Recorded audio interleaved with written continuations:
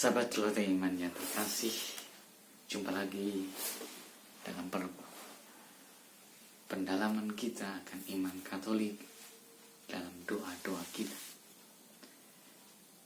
Kali ini saya mengajak kita semua, sahabat Lotte Iman, untuk mendalami, untuk belajar kembali menggali lagi tentang doa lisan.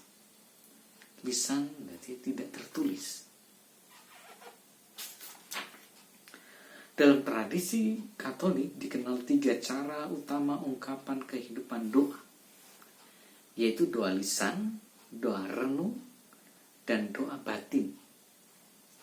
Katekismus Gereja Katolik nomor 2721. Ketiga cara berdoa ini menuntut ketenangan hati. Doa lisan dilakukan menurut contoh yang diberikan oleh Tuhan Yesus yang berdoa kepada Bapanya, dan yang mengajar murid-muridnya doa Bapa Kami. Katekismus Gereja Katolik nomor 2722. Dalam doa lisan kita mengucapkan kata kepada Allah dengan penuh keyakinan bahwa Allah mendengarkan. Ada 2 hal yang dapat kita sampaikan kepada Allah, yaitu pujian syukur, puji syukur, dan permohonan. Yang pertama, pujian dan syukur. Orang beriman memandang hasil pekerjaan Allah dalam alam semesta, dalam kehidupan manusia, termasuk dalam kehidupan pribadinya, lalu merasa kagum. Wow, luar biasa. Terdorong oleh kekaguman itu, ia menyampaikan puji syukur kepada Allah yang telah melakukannya. Kitab Mazmur menyampaikan banyak pujian dan syukur yang disampaikan oleh umat Israel ketika melihat Allah yang bekerja dalam alam semesta, yaitu menciptakan dan memeliharanya. Di dalam sejarah Israel, membebaskan Israel dari Mesir dan memberikan tanah Kanaan. Dan dalam kehidupan pribadi pemazmur, Mazmur 8 memuji Allah karena telah menciptakan manusia sebagai makhluk yang mulia, lebih dari ciptaan Allah yang lain. Kemudian Mazmur 135 memuji Allah yang telah membebaskan Israel dari perbudakan di Mesir dan memberi mereka tanah Kanaan. Dalam ibadahnya, umat Israel mengungkapkan pujian akan Allah sehingga karya Allah di masa lampau hadir kembali di hadapan mereka. Ibadah menjadi tempat untuk mengungkapkan kegembiraan umat atas karya Allah bagi mereka. Saudara-saudariku yang terkasih, orang yang melihat karya Allah dalam diri Tuhan Yesus dan para rasul juga memuji Allah. Mereka melihat Tuhan Yesus menyembuhkan orang lumpuh, orang banyak takjub lalu memuliakan Allah. Hari ini kami telah menyaksikan hal-hal yang sangat mengherankan. Lukas 5 ayat 26. Melihat Tuhan Yesus membangkitkan anak janda di Nain, orang banyak memuliakan Allah sambil berkata, Allah telah melawat umat-Nya. Ketika mendengar bahwa orang-orang bukan Yahudi menerima firman Allah, jemaat memuliakan Allah karena kepada bangsa-bangsa lain juga Allah mengaruniakan pertobatan yang memimpin kepada hidup. Jemaat memuji Allah karena Ia menebus mereka dengan darah Kristus dan mengampuni dosa mereka, lalu mengangkat mereka menjadi anak-anak-Nya dan menganugerahi mereka kehidupan kekal. Saudara-saudariku, sahabat Lotte Iman yang terkasih, iman membuat kita sanggup melihat Allah yang bekerja di dalam kehidupan yang nyata, Dalam kehidupan orang beriman, pujian kepada Allah ini muncul dari rasa kagum ketika melihat pekerjaan Allah dan memulia dalam kehidupan yang nyata. Secara pribadi kita menyampaikan pujian syukur kepada Allah ketika melihat karya yang dilakukan oleh Allah bagi kita maupun bagi sesama kita.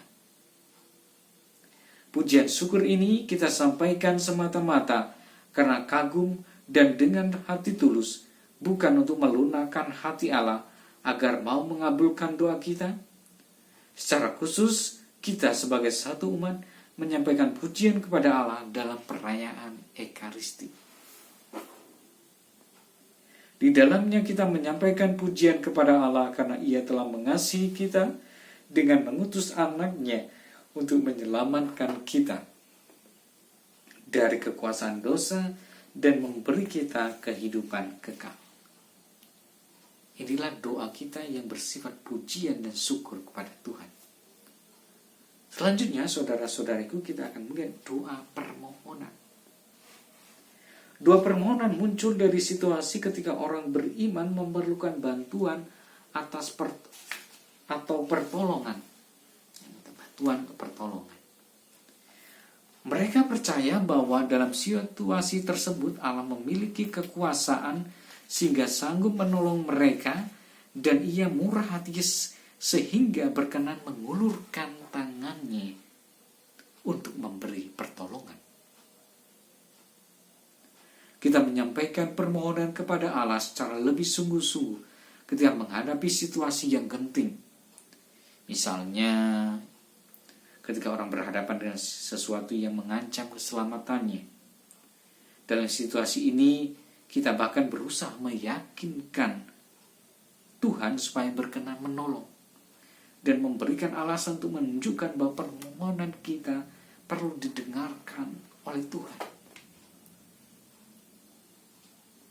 Saudara-saudariku yang terkasih, dalam perumpamaan tentang sahabat yang meminta roti dan hakim yang lalim, Tuhan Yesus mengajarkan agar para muridnya berdoa kepada Allah dengan penuh ketekunan, tekun terus-menerus. Tidak cukup kalau orang hanya dengan satu kali berdoa, berharap semua yang dikehendakinya bisa terlaksana. Atau hanya dengan sekali berdoa dapat berharap Allah akan memenuhi apa yang dimintanya. Apa yang dimaksud dengan ketekunan berdoa? Tekun berdoa itu seperti apa? Terus-menerus berdoa atau berdoa tanpa henti. Ketekunan dalam berdoa ini menunjukkan bagaimana si pendoa, saya dan Anda, benar-benar percaya dan menaruh harapannya kepada Allah. Dalam perumpamaan ini Tuhan Yesus juga menegaskan bahwa Allah menaruh perhatian kepada orang yang tekun berdoa. Ia tidak akan tinggal diam melihat orang yang percaya kepadanya.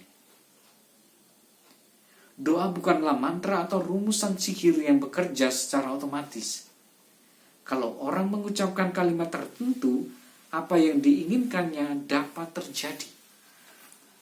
Tuhan Yesus juga mengingatkan agar dalam doamu itu janganlah kamu bertele-tele seperti kebiasaan orang yang tidak mengenal Allah. Mereka menyangka bahwa karena banyaknya kata-kata doamu akan dikabulkan. Jadi janganlah kamu seperti mereka, karena Bapamu mengetahui apa yang kamu perlukan sebelum kamu minta kepadanya. Tuhan mendengarkan semua doa yang disampaikan kepadanya. Itu tidak berarti Tuhan akan memenuhi apapun yang diminta oleh manusia. Apapun yang diinginkannya. Nanti dulu, kehendak Tuhan ia terjadi, bukan kehendak kita.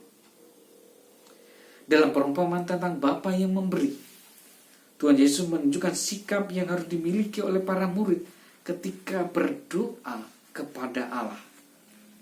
Yaitu mereka perlu yakin bahwa Allah mendengarkan dan memberikan yang terbaik baginya. Ketika orang memohon sesuatu kepada Allah, bisa jadi ia merasa hal yang dia minta itu sangat diinginkan atau sangat diperlukan. Tetapi Allah melihat apa yang sebenarnya ia perlukan dan mengetahui apa yang terbaik baginya. Walaupun demikian, seringkali manusia tidak menyadari atau menerima bahwa apa yang dikehendaki oleh Allah itulah yang terbaik baginya. Ketika berdoa, ia diingatkan agar mempercayakan diri kepada Allah dan yakin bahwa Allah sangat mengasihi kita dan menghendaki kebaikan kita. Karena itu kita percaya juga bahwa Allah akan memberikan yang terbaik bagi kita.